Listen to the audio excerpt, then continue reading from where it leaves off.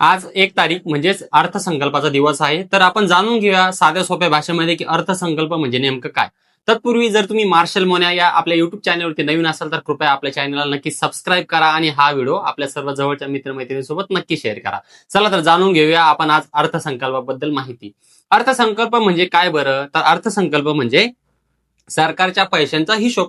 साधारण गोष्ट आहे, जसे की आपण घरात राहतो. आपण जर शाळेमध्ये वगैरे विद्यार्थी असाल तर आपल्याला घरचे पॉकेट मनी देतात बघा.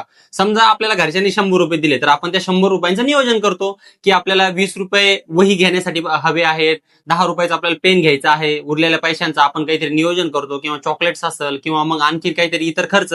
आणि उरलेले पैसे आपण काय करतो, तिजोरीत सांभाळून ठेवतो, कारण की आपल्याला पुढच्या महिन्यामध्ये जर काही वस्तू घ्यायचं काम पडलं तर आपण ते खर्च करू शकतो. सेम तसंच मोठ्या लेवलला हे जे आहे तर देशाचा अर्थसंकल्प त्या हिशोबाने चालत असतो.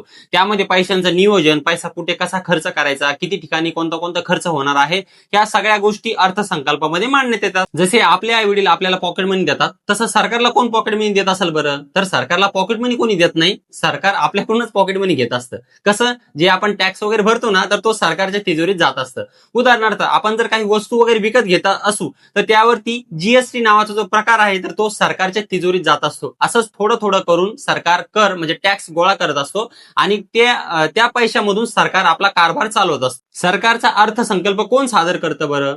अर्थसंकल्प कोण बनवतो बरं? तर अर्थसंकल्प हे सरकारचे वित्त मंत्रालय अर्थसंकल्प तयार करतात. वेळोवेळी मंत्रालय त्यांना किती पैशांची आवश्यकता आहे हे दर्शवतात आणि अर्थतज्ञ आणि देशाचे जे अधिकारी आहेत चांगले तर ते उत्पन्न आणि खर्चाचा जो आढावा घेतात आणि त्यानंतर अर्थमंत्री सर्व तपशील एकत्र करून बजेट तयार करत असतात. अर्थसंकल्प कधी सादर होतो बरं? तर अर्थसंकल्प हा फेब्रुवारी महिन्याच्या शेवटच्या दिवशी आधीच सादर होत होता, परंतु 2017 पासून अर्थसंकल्प हा 1 फेब्रुवारी पासून सादर होत आहे.